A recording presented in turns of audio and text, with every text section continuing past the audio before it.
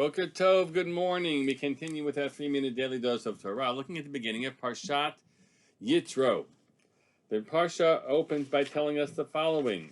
Vayishma Yitro Chohen Midyan Choten Moshe, and Yitro, who was the priest of Midian, the father-in-law of Moshe, heard it called Sharasalahim Moshe, everything that God had done for Moshe, Yisrael Amo, and for Israel, his people, Kiotzi Adonai Yisrael Mitzrayim, that God had brought the Jews out of Egypt.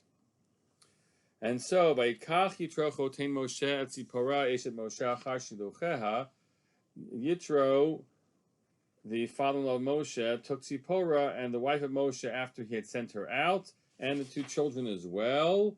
And then we're told, Vayavo Yitro Choten Moshe, Uvanav Yishol Moshe, that Yitro, the father of Moshe, and his son and his sons, and along with his wife, came to Moshe, El Hamidbar Shehu Chonesh Sham Har Elohim, to the wilderness where he was encamped by the mountain of God.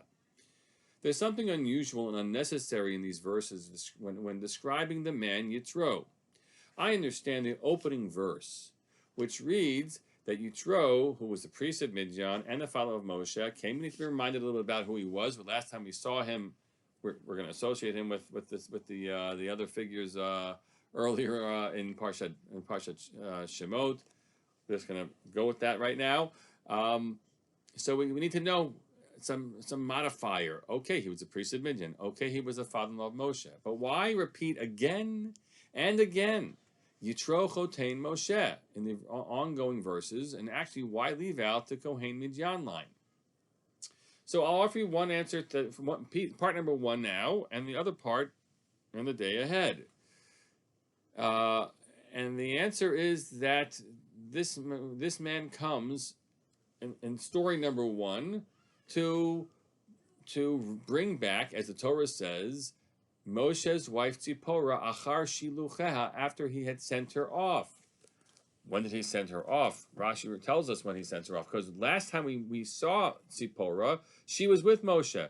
Moshe had taken her and her sons and their two sons, newborn as well, and left Yitro's house and headed towards Mitzrayim.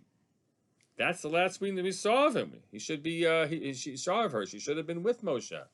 So says Rashi, when Moshe and Aaron meet, Aaron says, "What are you doing? Right? It's bad enough for everybody else who's in Mitzrayim that you're bringing her into this situation."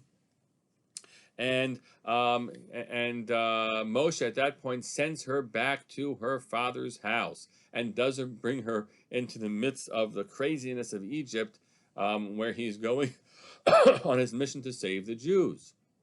And so the Torah now tells us that Yitro heard everything that God had done for Moshe and Israel, that God had sent brought forth the Israelites from Mitzrayim, and Yitro concludes, now it's safe for me to repatriate a wife and children to Moshe.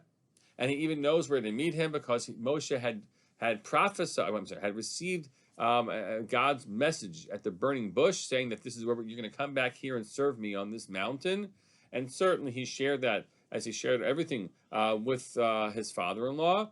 And so even without cell phones, telegrams, or the like, Yitro knows, okay, God sent forth the Bnei Yisrael out of Mitzrayim. Moshe is going to be making his way to Har HaElokim, to the mountain of God. I will go meet Moshe there and repatriate Moshe with his family.